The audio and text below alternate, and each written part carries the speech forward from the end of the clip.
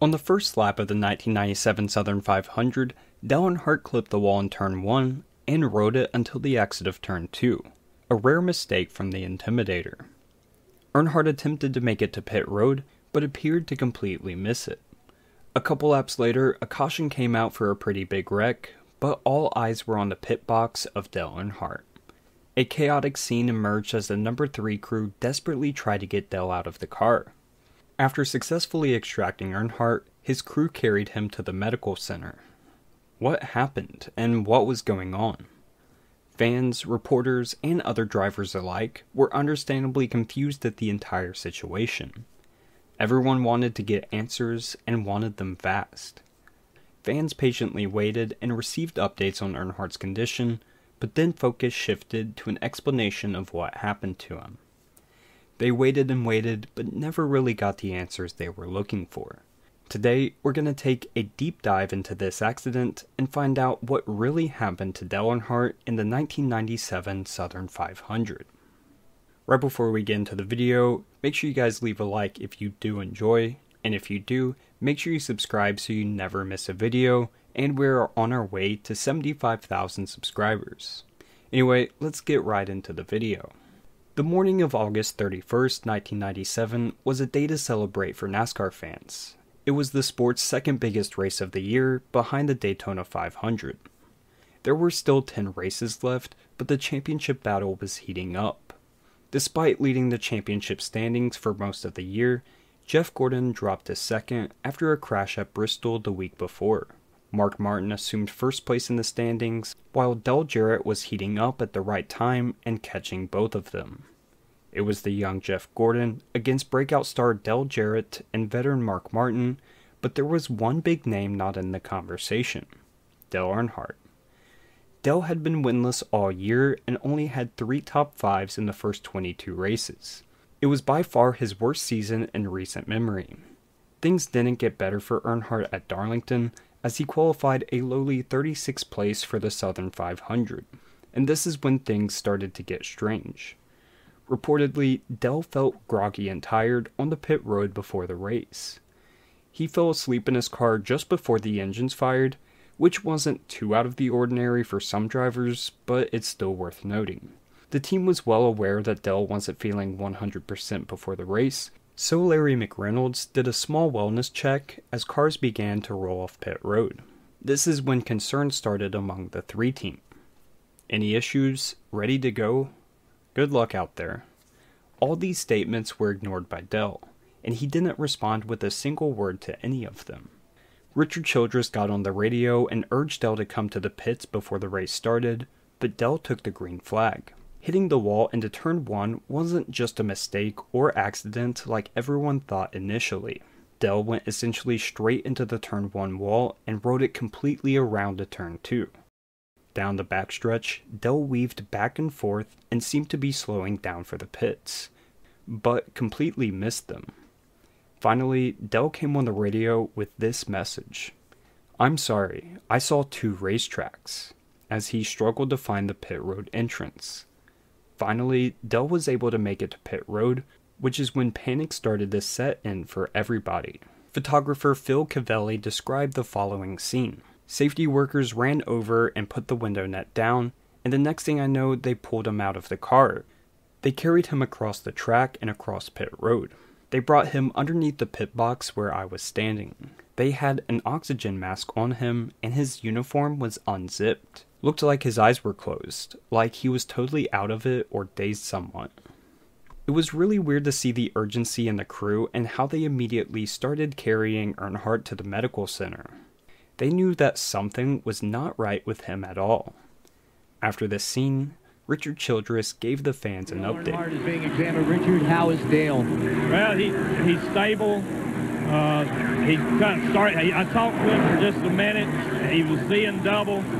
He was a little real groggy before the race started, and his voice. We were going to try to get him in before the race ever started, and he didn't hear us. He couldn't communicate with us, and so we're going to go see. And That's all I can tell you at this time. We'll be transported to another hospital, right, for further evaluation. They're transporting to the hospital now, and that's where I'm headed. This is when the next set of chaotic events occurred, as the team needed to scramble to find a replacement driver. Mike Dillon, Richard's son-in-law, was the obvious choice as he was racing at the time for RCR in the Busch Series and was at the track. They had to get approval from NASCAR to enter Mike as a sub, and 80 laps later, they finally got it all sorted out, and Dillon was able to finish the race. There were some crashes, there was some drama, and Jeff Gordon had won the race. Everyone packed up and went home like normal. But then the focus shifted to Dale. Kevin Triplett, NASCAR's Director of Business Operations, told reporters his take on the events. It didn't add up. There was no real indication before the race about trouble.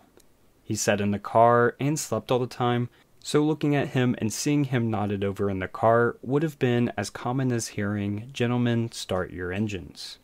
Triplett then talked about his experience seeing Earnhardt in the infield care center. There was confusion, and I don't mean from the medical people. The people with the team, the looks on their faces showed the confusion about what had happened. As more reports started to come out in the following days, everyone slowly started to figure out that Dale was pretty much okay. Once he was transferred to a Florence hospital, he appeared completely normal and acted as nothing had happened. However, he had no memory of the accident and not even taking the green flag of the race. There wasn't an obvious explanation. Some feared that it was some sort of traumatic brain episode, and others speculated things like bad food poisoning or he was just really sick. And Dale was pretty worried himself, and even said that a lot of thoughts crossed his mind that week, including wondering if this incident could end his career. It's not surprising that NASCAR wanted to get to the bottom of the incident for a multitude of reasons. Did Dale have an underlying medical condition? Was this something that could have been prevented? Should Dale even be racing? Are other drivers at risk? NASCAR and their doctors required him to go through a plethora of tests, with Dale saying they did everything they could do. Well, they didn't check to see if I was pregnant, but everything else they did. However, absolutely nothing was found through this series of tests. Nobody had concrete explanations, but many doctors said that it was unlikely to occur again. This is what Dale had to say in a press conference later that week. They've released me to race, and which is great. But the greatest thing is that I'm pretty confident in myself that it's not going to happen again, or I'm got anything wrong with me. So, at this point in the mystery, Earnhardt's episode was being referred to as a blackout, so that's how I will refer to it for the rest of the video. This term was put forth by the lead neurosurgeon on the case, Charles Branch. This was the primary doctor who cleared Earnhardt to race, despite not being able to explain the blackout or being able to guarantee it wouldn't happen again. The next week at Richmond, the drivers were understandably concerned about Earnhardt being cleared to race. I mean, one of their competitors was in a semi-conscious state, drove like a maniac, and there wasn't a clear explanation put forward by anyone on NASCAR's medical team. "I'd be a fool to stand here and tell you we're not concerned," said Kyle Petty. Why? Why would they release somebody if they didn't know what it was? Jeff Gordon said, everybody would like for them to have found something, just to have answers for what happened. Sterling Marlin pointed out that drivers were not specifically concerned about a repeat blackout that week at Richmond, but were more worried about it occurring down the road at another track. But what if we go to Daytona or Talladega, and it happens while he's running at the front of a big pack of cars? Now, let's try to get to the bottom of what happened. There's a lot of theories from qualified professionals, but then there's also a lot of opinions and theories from unqualified people on Reddit. So first, we're going to dive into what the professionals had to say about the incident, then we'll briefly go over other possible explanations that have been examined and observed from people outside of the situation. In a CBS interview, Dale stated that the blackout was due to a chemical imbalance in the brain, which sounds pretty vague because it is pretty vague. A chemical imbalance in the brain could have referred to many different conditions that could have been influenced by many different factors. So this is a starting point, but it's pretty obvious considering the severity of disorientation Dale was under. NASCAR's medical team produced 3 educated guesses of what had happened, so I'll just kind of list these out. One possible put forth by Charles Branch was a migraine-like episode in which a small blood vessel feeding the brain went into a temporary spasm and restricted blood flow to the brain. The second educated guess was a temporary short circuit in the brain because of scarring from bruises to the brain Earnhardt may have suffered in past crashes. Now, I'm not a doctor, of course, but the phrase, a temporary short circuit in the brain, sounds like it should have automatically disqualified Earnhardt from returning so soon. The third guess was vasodepressor syndrome, in which the pulse rate falls rather than rises under stress. A quick Google search dismisses this explanation to me because vasodepressor syndrome is associated with a sudden loss of consciousness associated with a fall in arterial blood pressure. So these 3 guesses don't satisfy me, honestly. Sure, it's an official medical team, but it feels like a team of neurosurgeons should have come up with more than a pool of 3 educated guesses. Maybe if the incident had happened today, with current understanding and technology, we would have a confirmed explanation, but that's obviously not the case. People since then have speculated other conditions, such as an exhaust leak. Symptoms seem to be consistent with carbon monoxide poisoning, and he recovered relatively quick after being removed from the car. My biggest problem with this one is that Mike Dillon got into the same car just an hour or so later and was completely fine. If the team did any repairs to the car or found an exhaust leak, this would have quickly surfaced as the cause. I think the possibility of heat exhaustion or dehydration can be quickly dismissed, as Dale was a vastly experienced driver at this point and knew how to take care of himself. Not to mention, this was at the beginning of the race and symptoms started even before. I personally think, as a YouTuber and not medically qualified, that the most likely explanation of Dale's blackout is some sort of post-concussion symptom of his 1996 crash at Talladega. It was a violent crash, and although he was diagnosed with only a broken sternum and collarbone, head injuries were not taken seriously enough back then. They might not have even tested him for a concussion. This explanation was put forth as a possibility from Dr. Branch. However, I think they should have done some more digging on it rather than just proposing it as an educated guess. And this quote from Dale Earnhardt later that year in 1997 is what convinced me that this might be the most likely explanation. I feel the same, and I'm working hard to be the same driver and to have the same focus.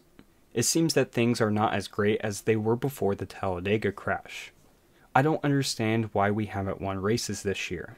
We were so dominant in years past that it's tough not to dominate. We'll get it right. I guarantee you. Dale essentially answers his own question here. His win in Atlanta in 1996, just 10 races after Dale had his wreck at Talladega, was at the infancy of what would become a 59-race winless streak where he wouldn't win again until the Daytona 500 in 1998.